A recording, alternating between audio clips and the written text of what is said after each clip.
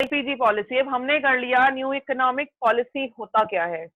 हमने ये पढ़ा है कि न्यू इकोनॉमिक पॉलिसी कब आया, उसको कंट्री में किस तरह से अप्लाई किया गया, प्राइवेटाइजेशन, लिबरलाइजेशन एंड ग्लोबलाइजेशन को।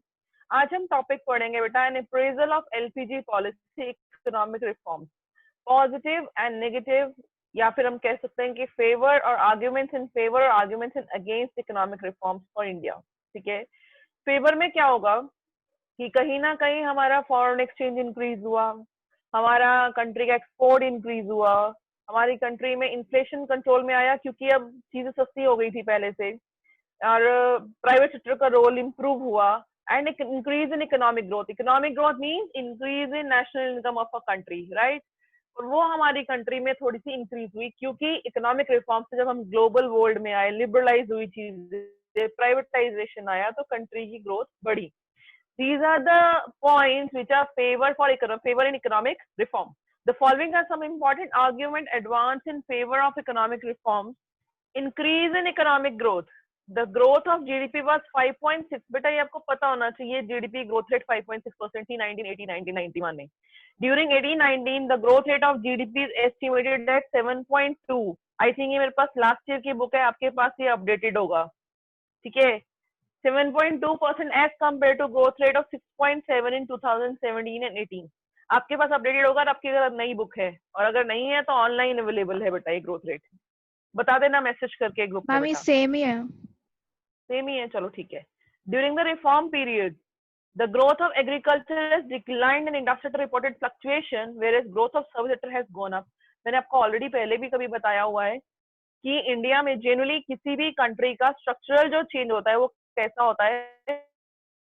पहला एग्रीकल्चर सेक्टर पे डेवलप होता है, फिर उसके बाद ये इंडस्ट्री पे जाते हैं, इंडस्ट्री के बाद ये सर्विस सेक्टर को डेवलप करते हैं. इंडिया के केस में थोड़ा डिफरेंट रहा, हम एग्रीकल्चर से सीधा सर्विस पे जंप किए, हमारा सर्विस सेक्टर, ट्रांसपोर्टेशन, ये वो सब हमारा इंक्रीज हुआ, बट इंडस्ट्रियल बेस बीच में से थोड़ा लैक कर गया. तो यही बोल रहे हैं कि with increase in economic reforms in India हमारा एग्रीकल्चर सेक्टर थोड़ा सा इग्नोर हुआ, तो इसमें डिक्लाइन आया, इंडस्ट्रियल में फ्लक्चुएशन थी, और सर्विस सेक्टर में हायर ग्रोथ आई क्योंकि हमारी सर्विसेज ज्यादा थी एज कम्पेयर टू एग्रीकल्चर और इंडस्ट्री में कंट्रीब्यूशन. तो हमारे सर्विस सेक्टर जैसे बीपीओ का खुलना, ये सब हमारी कंट्री में बहुत ज्यादा हुआ था. तो हमारा सर्विस सेक्टर इंक्रीज हुआ, बैंकिंग, इंश्योरेंस, बीपीओ, केपीओ ये इंक्रीज हुए बहुत ज्यादा. इंडस्ट्रियल फ्लक्चुएट कर रहा था, और एग्रीकल्चर की ग्रोथ थोड़ी नीचे गिरी क्योंकि लोग वहां से शिफ्ट होकर कहाँ चले गए, इंडस्ट्री एंड सर्विसेज में. During 2012-15, there has been a setback in growth rate of different sectors. Agriculture recorded a high growth rate during 2013-14, but witnessed negative growth rate in subsequent years. Service sector witnessed highest ever growth rate in 10.3% 2014-15. The industrial sector witnessed a steep decline during 12-13, but began to show a positive growth thereafter. तो आपको सिर्फ पता होना चाहिए, years की जरूरत नहीं है, सिर्फ हाईएस्ट वाली लर्न कर लेना, उसके अलावा लर्न करने की जरूरत नहीं है किस ईयर में ज्यादा किस ईयर में कम. जस्ट पता होना चाहिए कि एग्रीकल्चर का ग्रोथ रेट कम हुआ था. जीडीपी पता हो पहला वाला, एग्रीकल्चर का ग्रोथ रेट कम हुआ, इंडस्ट्रियल सेक्टर में फ्लक्चुएशन थी, एंड सर्विस सेक्टर बहुत अच्छे से ग्रो किया. सिर्फ सर्विस सेक्टर का डाटा लर्न करो, ये ईयर्स नहीं भी लर्न करोगे तो चल जाएगा. इनफ्लो ऑफ फॉरेन इन्वेस्टमेंट, जब हमारी कंट्री में ग्लोबलाइजेशन आया, प्राइवेटाइजेशन आया, लिबरलाइजेशन आया, तो एलपीजी पॉलिसी से कंट्री में एफडीआई हुई.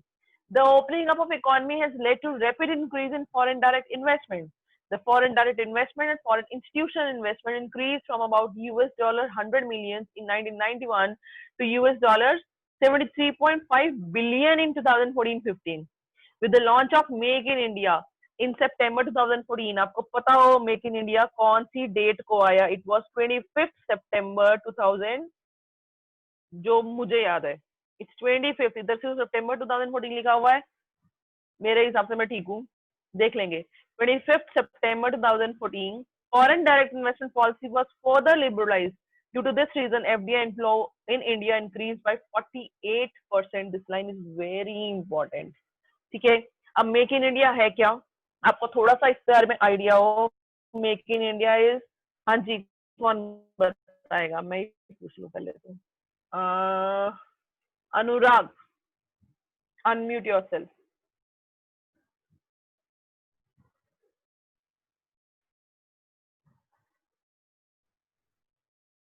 अनुराग, बच्चे अनम्यूट तो करो, आता है या नहीं आता वो देखेंगे।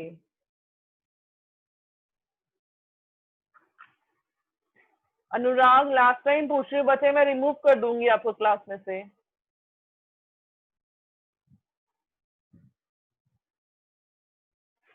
ठीक है साक्षी मैम, इसको रिमूव कर दो। Next is Hemant, unmute yourself. Yes ma'am. हाँ जी हेमंत, आपको make yes in ma'am. India के बारे में क्या मालूम है? मैम मेक इन इंडिया के बारे में मैं अपने मैम डेवलप मैम इंडिया में खुद की टेक्नोलॉजी लाने के बारे में, खुद का हाँ मैम जी, करने के बारे में मैम। हाँ जी, make in India is all about manufacturing hub बनाने का कंट्री का, कि हमारी कंट्री खुद अब इंडस्ट्रियल बेस पे काम हो रहा है। मोदी गवर्नमेंट ने 2014 सितंबर में make in India programme launch किया, जिसके अकॉर्डिंगली कंट्री को मैन्युफैक्चरिंग हब, पहले तो हम बाहरी कंट्री से सामान इंपोर्ट कर रहे थे, अब मोदी गवर्नमेंट क्या कह रही कि अपनी कंट्री में बहुत ज्यादा सामान बनाओ। अभी आत्मनिर्भर भारत इज इक्वलेंट, उसमें भी यही है, उसमें रिसोर्सेज प्रोवाइड किए जा रहे हैं। मेक इन इंडिया में आपको, मेक इन इंडिया में 25 सेक्टर्स पे काम किया गया था, जिसके अंदर एफडीआई को बहुत ज्यादा लिबरलाइज किया गया। उन 25 सेक्टर्स के नेम लर्न करने की जरूरत नहीं है, 3-4 आपको पता होने चाहिए। उसके बाद एफडीआई कैसे लिबरलाइज की गई कि उसमें जैसे कहीं पे किसी के स्टेक 21% थे, उसको 48%, 51% कर दिया, किसी के सेक्टर में 100% स्टेक्स भी कर दिए कि आप 100% एफडीआई लास्ट हमारी कंट्री में आके मैन्युफैक्चरिंग यूनिट बनाओ, ताकि हमारी कंट्री में एम्प्लॉयमेंट जनरेट हो, हमारी कंट्री में डेवलपमेंट हो, हमारी कंट्री में कैपिटल गुड्स बनने शुरू हो, और हमारी कंट्री में और नया इंडस्ट्रियल बेस बने। तो आगे आगे आत्मनिर्भर भारत भी मेक इन इंडिया के साथ ही मिलेगा। ठीक है, rise in foreign exchange reserve, अब जैसे जैसे हमारे इंपोर्ट्स कम हुए, एक्सपोर्ट्स बढ़े, तो हमारे फॉरेन एक्सचेंज रिजर्व बढ़ने लगे। There has been increase in foreign exchange reserve from about 6 billion US dollar in 1990 to about 321 billion dollars in 2014-15. India is one of the largest foreign exchange reserve holder in the world. Rise in export during the reform period, India experienced considerable increase in export of auto parts, engineering goods, IT softwares and textiles. आपको पता हो किसके अंदर हमने ज्यादा export किया after new economic reforms? New economic policy बोलते हैं, इकोनॉमिक रिफॉर्म्स बोलते हैं, न्यू इकोनॉमिक रिफॉर्म्स बोलते हैं। Control of inflation, increase in production, तो प्रोडक्शन इंक्रीज हुई कंट्री में, टैक्स रिफॉर्म्स आए, टैक्स कम हुए, and other reforms help to control the inflation in the country. The annual growth rate of inflation reduced from the peak level of 17% in 1991 to 5.48% in 15-16. And average generally हमारी country का inflation rate 4 to 5% के पास fluctuate करता है, and this is good. जिस country में inflation ही नहीं होता, इसका मतलब वो कंट्री ग्रो नहीं कर रही है, क्योंकि महंगाई होना कहीं ना कहीं कंट्री का, देखो more of inflation is not good, but 4 to 5% of inflation, average inflation shows और indicates a good growth of a country, कि कहीं ना कहीं कंट्री में डिमांड क्रिएट हो रही है। महंगाई तभी बढ़ती है जब डिमांड क्रिएट हो, डिमांड तभी आती है जब कंट्री में लोगों के पास पैसा हो। That means it shows growth of economy. ठीक है, तो 4 to 5% inflation is good. In senior classes, you will study a Phillips curve, that is trade off between unemployment rate and inflation. वो आप ग्रेजुएशन में पढ़ोगे, एक फिलिप्स कर्व आएगा आपके पास, वो भी इन्फ्लेशन से रिलेटेड है, बट उसमें भी यही लिखा हुआ है कि 4 to 5% inflation is good, good for a country. Inflation होना इंपॉर्टेंट है, पर बहुत ज्यादा नहीं। Increase in role of private sector, abolition of license system and removal of restriction on entry of private sector in areas earlier reserved for public sector have enlarged the area of operation of private sector. Privatization, liberalization से private sector का role बहुत ज्यादा बढ़ गया। तो ये तो points हमने किए हैं फेवर में। Increase in rate of economic growth, inflow of foreign investment, rise in foreign exchange reserve, rise in exports, control of inflation, increase in private sector। ठीक है, क्रिटिसिज्म क्या होगा कंट्री में? देखो बच्चे, कंट्री में अनएम्प्लॉयमेंट क्रिएट हुई क्योंकि हम मशीन में प्रोडक्ट बनाने लगे। हमारी कंट्री में इतने स्किल्ड और एजुकेटेड लेबर नहीं है सारा काम कर सके, तो एग्रीकल्चर अच्छे से चल नहीं रहा था, इंडस्ट्री और सर्विसेज में एब्जॉर्प्शन नहीं है क्योंकि पढ़े लिखे चाहिए, तो बहुत सारी अनएम्प्लॉयमेंट भी क्रिएट हुई। सेकेंड हमारा आएगा कि डिक्लाइन इन एग्रीकल्चर सेक्टर, जिस पर ज्यादा हम डिपेंडेंट है, उसका ग्रोथ रेट देखो, एग्रीकल्चर सेक्टर डूब नहीं गया, उसका ग्रोथ रेट कम हुआ है, इंक्रीज करने का रेट कम हुआ है, इंक्रीज तो हो रहा है पर रेट कम हुआ है। ठीक है, Critics has raised a series of criticism against new economic reforms, especially in the area of employment, agriculture, industry and infrastructure.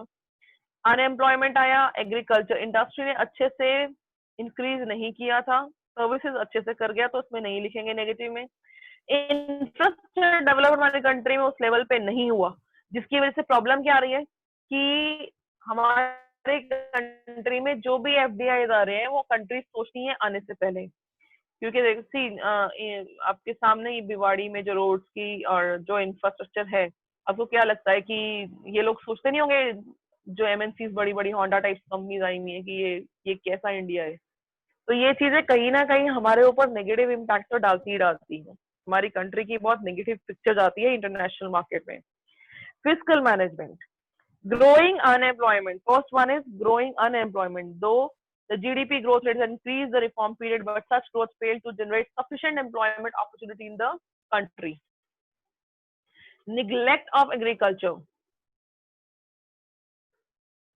3 बच्चे गायब हो गए साक्षी मैम, अगर 3 बच्चे जो गए हैं ना 57 से 54, उनको हटा देना, एब्सेंट कर देना जरा, जो जो छोड़ के जा रहा है ना क्लास को। 57 थे जब अटेंडेंस कंप्लीट हुई थी, उनकी एब्सेंट ही जाएगी। Neglect of agriculture. The new economic policy has neglected the agriculture sector as compared to industry and services. Reduction of public investment. Government की इन्वेस्टमेंट एग्रीकल्चर में कभी भी इतनी ज्यादा नहीं थी। Public investment in agriculture, especially infrastructure, which includes irrigation, power, roads, market linkage, and research and extension, which plays a crucial role in green revolution, has been reduced in the reform period. Country के resources तो limited है, we have tax resources. अगर हम ज्यादा पैसा industry में लगा रहे हैं तो हमें सर्विसेज का भी ध्यान देना है, और हमें एग्रीकल्चर से थोड़ा सा खींचना पड़ेगा। तो इरिगेशन फैसिलिटीज आज भी अगर पूरी कंट्री के देखी जाए तो बहुत ही पुअर है। अगर राजस्थान, हरियाणा, पंजाब वाली साइड देखा जाए, नॉर्थ इंडिया देखा जाए तो बहुत अच्छी है। रिमूवल ऑफ सब्सिडीज, कुछ सब्सिडीज की बात चल रही थी कि रिमूव की जाए। Removal of fertilizer subsidy increased the cost of production, which adversely affected the small and marginal farmers. अभी भी ये सब्सिडीज कंप्लीटली रिमूव नहीं हुई है, पार्शियली हुई है। फर्टिलाइजर्स अभी भी सस्ती मिलती हैं, पर कहीं ना कहीं छोटे फार्मर्स को वो महंगी पड़ रही है, पर हटाने भी जरूरत थी। रिफॉर्म कहीं तो लगाने थे ना, अगर यहाँ पे पैसे नहीं लगाएंगे तो कहाँ लगाएंगे? रिसोर्सेज यहाँ से हटेंगे तभी कहीं और लगेंगे। Liberalisation and reduction in import duty, this sector has been experiencing a number of policy changes such as reduction in import duty on agriculture products, removal of minimum support price, lifting quantitative restriction on agriculture products.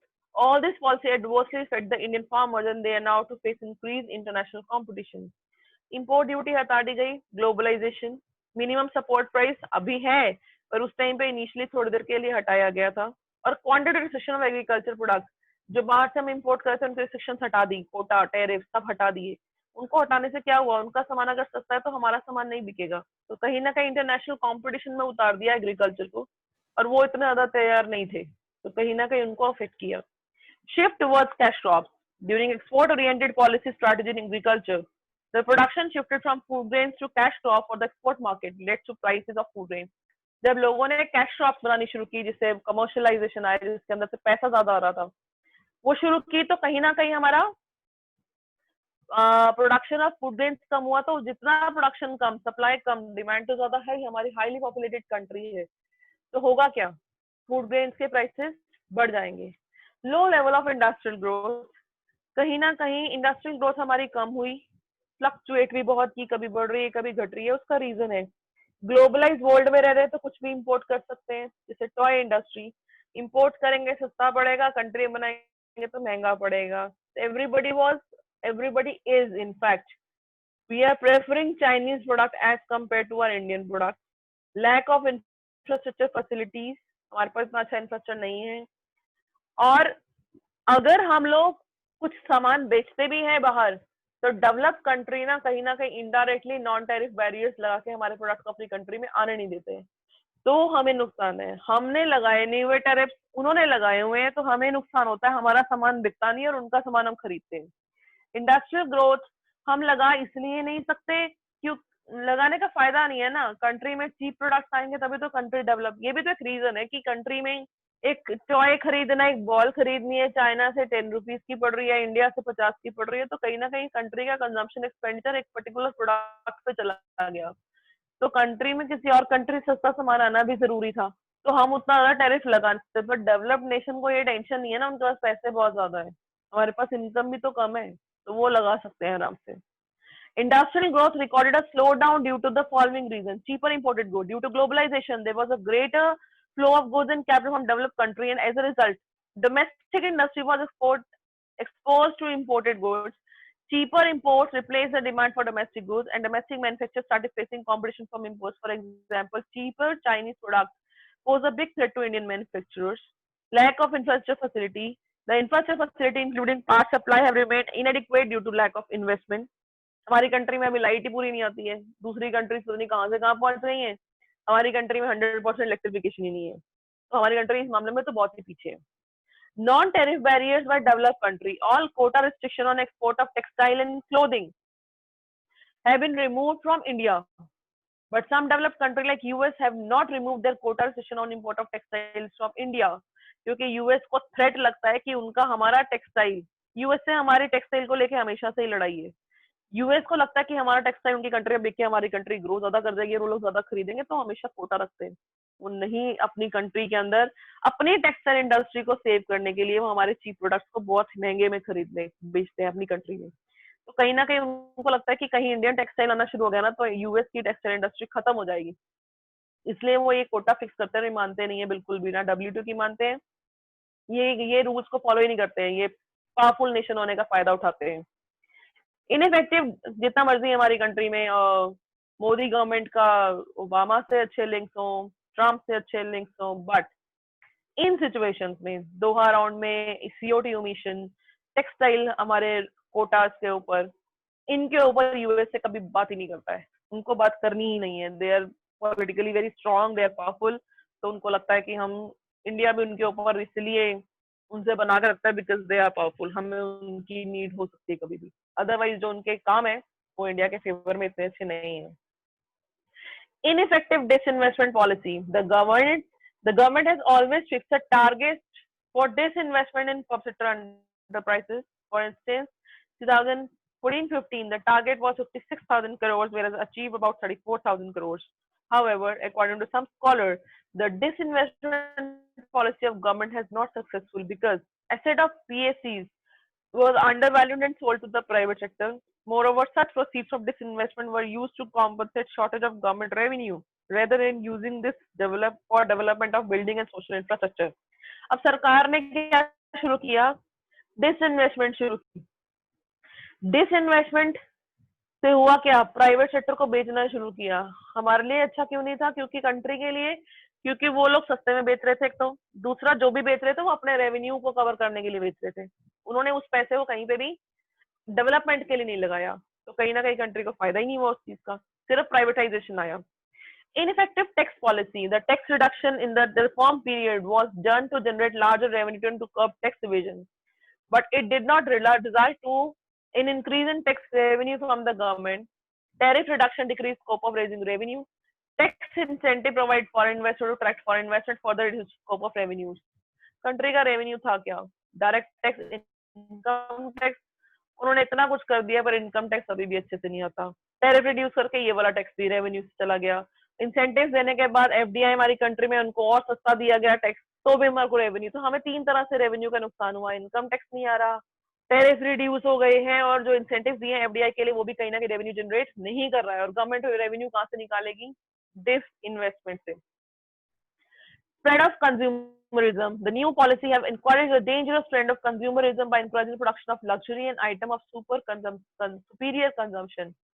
अब हमारी country में consumerism है, जो मांगो वो मिल रहा है, लोग हर रोज ट्रेंड बदल रहे हैं, रोज फैशन चेंज होता है, रोज नए फोन आते हैं, कहीं ना कहीं हमारा जो माइंडसेट है that is inclined to luxurious good, और हम लोगों को सिर्फ वही खरीदना है। हम अपनी पैसों को, इंडिया में बहुत बड़ी परसेंटेज ऐसी है which are consuming more than their income, वो उधार ले लेके भी मोबाइल, मतलब रिक्शा वालाज are not ready to send their children to school, but उनके घर में अच्छे अच्छे स्मार्टफोन होंगे, तो उनकी प्रायोरिटीज चेंज हो गई हैं। कंज्यूमरिज्म, हमने वेस्टर्न कल्चर को अडॉप्ट तो कर लिया but we don't have that much income.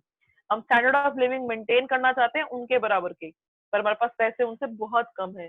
तो कहीं की ग्रोथ के लिए अच्छा नहीं है। हम सेव नहीं करते, हम सेविंग कम करते हैं, एक्सपेंडिचर ज्यादा करते हैं। This is not good.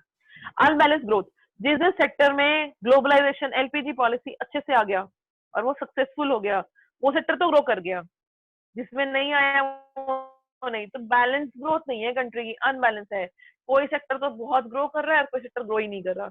Growth has been concentrated only to some selected area and services sectors such as telecommunication, information technology, finance, entertainment, travel and hospitality, real estate and trade. Rather, vital sectors such as agriculture and industry, which provide livelihood to millions of people in the country, वहां पे balance growth नहीं है। Balance growth तब होता है जब सभी sectors में इक्वल या ऑलमोस्ट प्रोपोर्शनेट ग्रोथ हो रहा होता। साक्षी मैम रिकॉर्डिंग बंद करते हैं मैम। हाँ जी।